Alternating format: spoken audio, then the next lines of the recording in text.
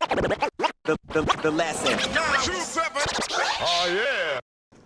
You mentioned meeting Prowla.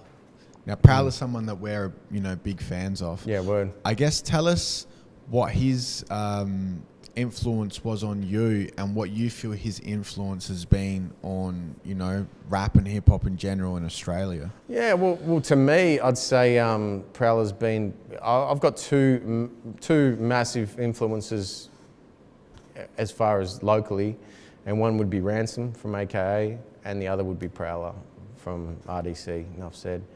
And I think there's other guys that kind of, I wouldn't say there's as big an influence, but they had probably a bigger impact on helping me. But those two guys just kind of, just their stance in the scene and what they were doing.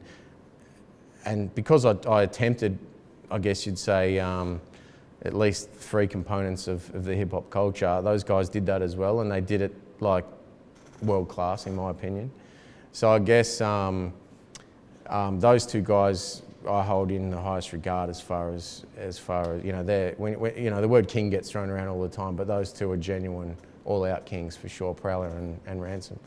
But yeah, Prowse was kind of, I met Prowse earlier through gigs when Raze and I we had Frenzy who was from Melbourne as our DJ.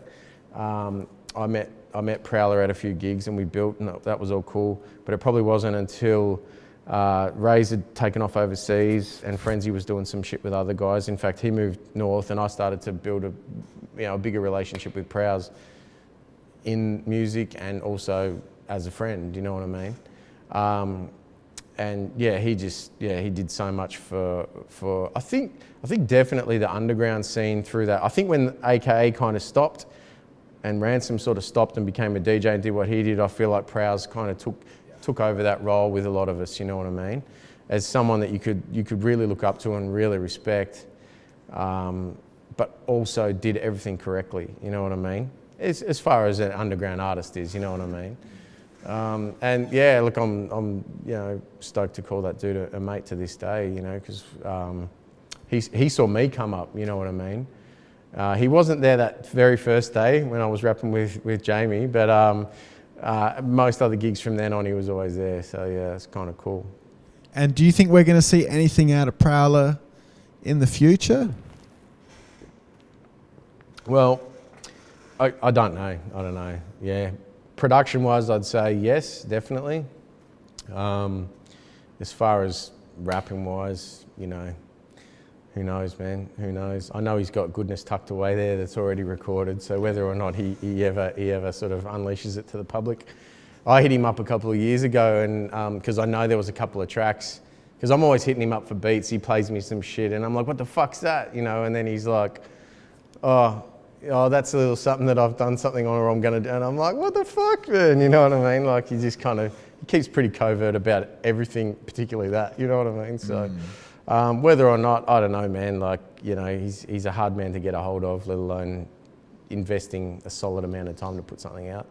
We all hope he does, but, I still bump the Recognition tape regularly, and that's my favourite Prowla album, and I'll play that today, and it brings back so many memories of a period where we were good mates and we were hanging out, and lyrically he was fucking smashing it back then, and beat-wise. Well, he was working with Jace when Jace was, him and Jace were really working well together.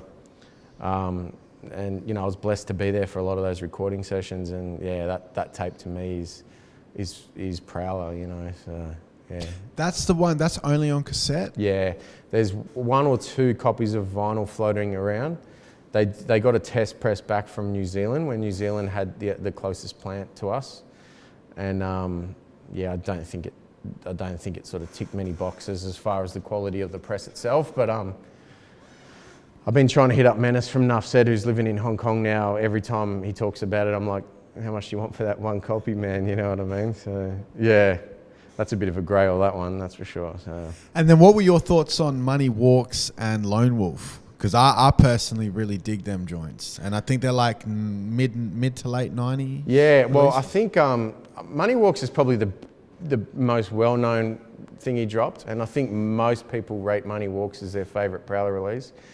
And again, I was there for a lot of that shit, and yeah, I love it, man. I think recognition is just real time and place for me, and that's what, you know, I mean, there's one of the tracks on there is just a grab from a studio session at PBS Live that we did, and myself, the formulators, so Rob Nat and Bobby Balance were there, Deadly,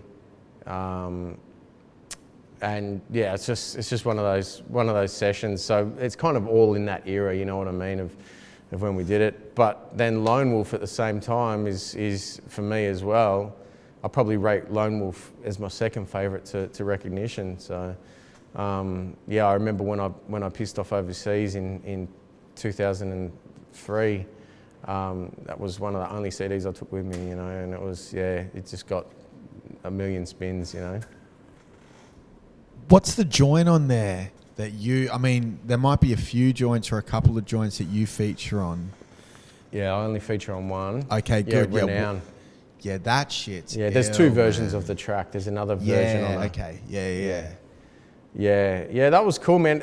I remember when I was at his crib, he played me that beat, and I was just like, come on, man, that's going on the Trem album, you know?